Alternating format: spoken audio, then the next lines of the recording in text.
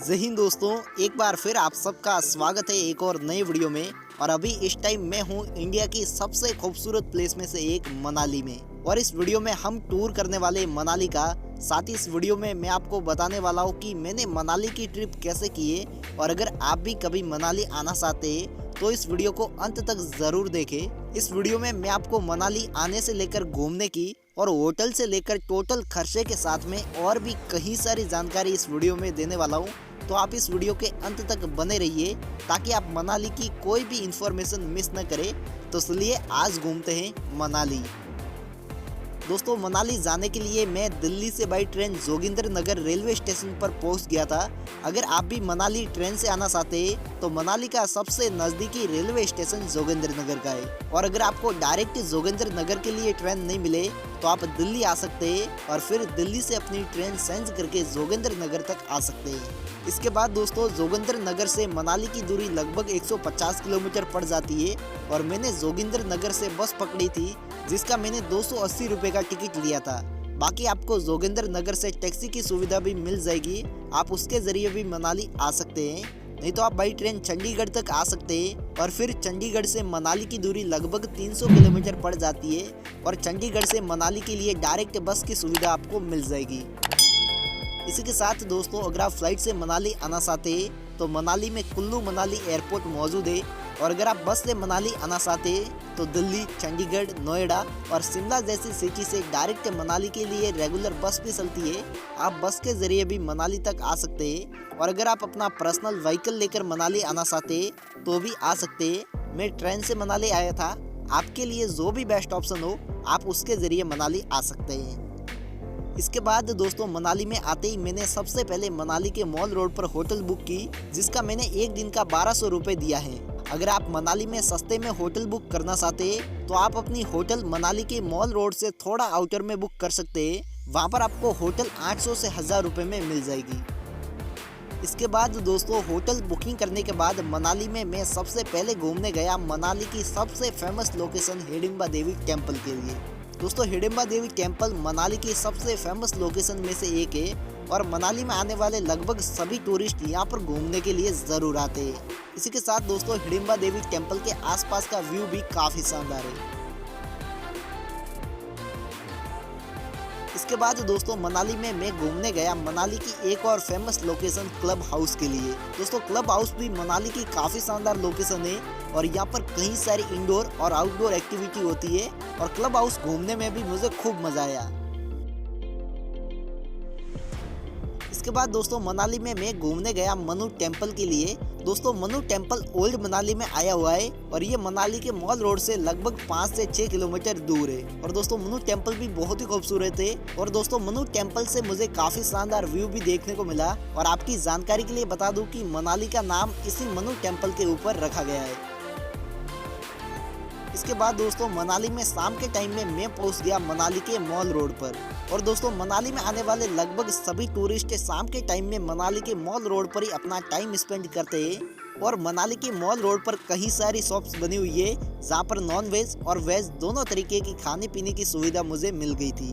अगर आप भी मनाली आते हैं तो मनाली में खाने पीने के लिए मनाली के मॉल रोड पर आ सकते हैं। यहाँ पर आपको हर तरीके की खाने पीने की सुविधा मिल जाएगी। इसके अलावा दोस्तों, मनाली में मैं घूमने गया सोलांग वैली के लिए। और जब मैं सोलांग वैली के लिए जा रहा था तो बीच में पड़ता है जोगिनी वाटरफॉल।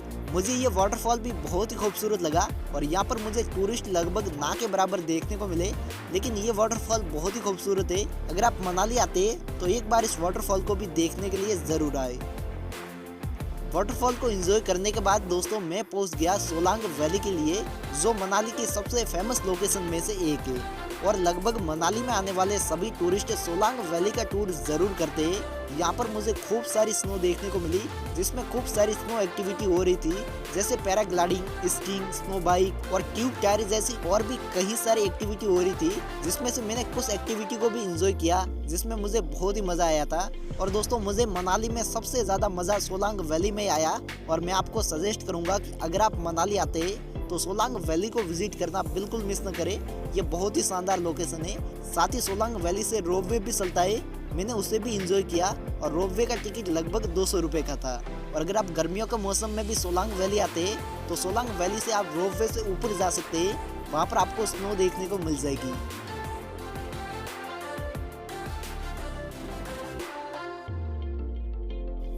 इसी के साथ दोस्तों मैं मनाली से घूमने गया कुल्लू के लिए, और कुल्लू भी मनाली की काफी शानदार लोकेशन है जो मनाली से लगभग 40 किलोमीटर दूर है।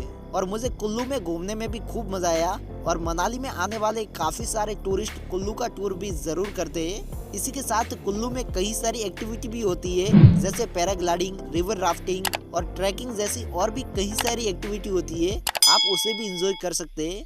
और मुझे कुल्लू घूमने में काफ़ी मज़ा आया था, और मैं आपको भी सजेस्ट करूंगा कि अगर आप मनाली आते हैं तो आप चाहे तो कुल्लू का टूर भी कर सकते हैं। इसी के साथ दोस्तों मैंने मनाली से रोहतांग पास का टूर नहीं किया था। अगर आप गर्मियों के मौसम में आते तो आप मनाली से रोहतांग पास का टूर भी कर सकते हैं। आपको गर्मियों के मौसम में भी रोहतांग पास में खूब सारी स्नो देखने को मिल जाएगी।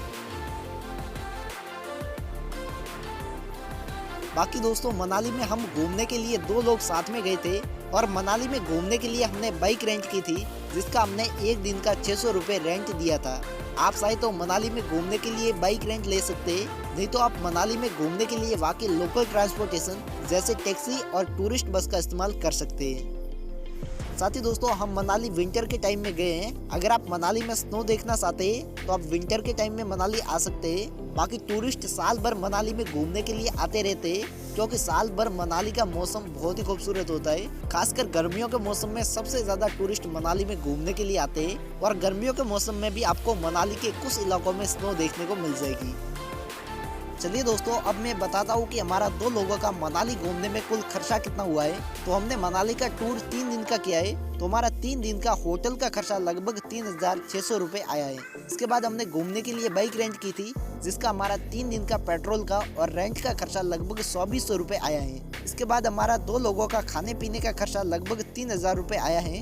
अगर मैं आपको टोटल खर्चे के बारे में बताऊं तो हमारा 2 लोगों का 3 दिन मनाली घूमने का खर्चा 9000 रुपये आया है, यानी कि पर पर्सन पर लगभग 4500 रुपये। और इस खर्चे में मैंने जो मनाली में एक्टिविटी की है उसका खर्चा ऐड नहीं किया है। बाकी दोस्तों अगर आप मनाली में अकेले घूमने के लिए आते हैं तो आपका खर्चा ज़्यादा होगा, क्योंकि आपको होटल का खर्चा अकेले को देना होगा। इसके बाद आप घूमने के लिए बाइक रेंट या फिर टैक्सी वगैरह लेते हैं तो उसका खर्चा भी आपको अकेले को देना होगा। वही अगर आप 2 या फिर ज़्यादा लोग साथ में घूमने आते हैं तो ये खर्चा आपका काफ़ी सारे लोगों में डिवाइड हो जाता है। तो चलिए दोस्तों हमने आपको लगभग मनाली टूर की टोटल इन्फॉर्मेशन दे दी है। फिर भी अगर आपका कोई भी सवाल या फिर सुझाव है तो आप हमें कमेंट बॉक्स में ज़रूर बताएं। और अगर आपको ये वीडियो पसंद आया हो तो इस वीडियो को लाइक और चैनल को सब्सक्राइब ज़रूर करें। हम मिलते हैं एक और नए टूर के साथ में, तब तक के लिए जय हिंद, जय भारत।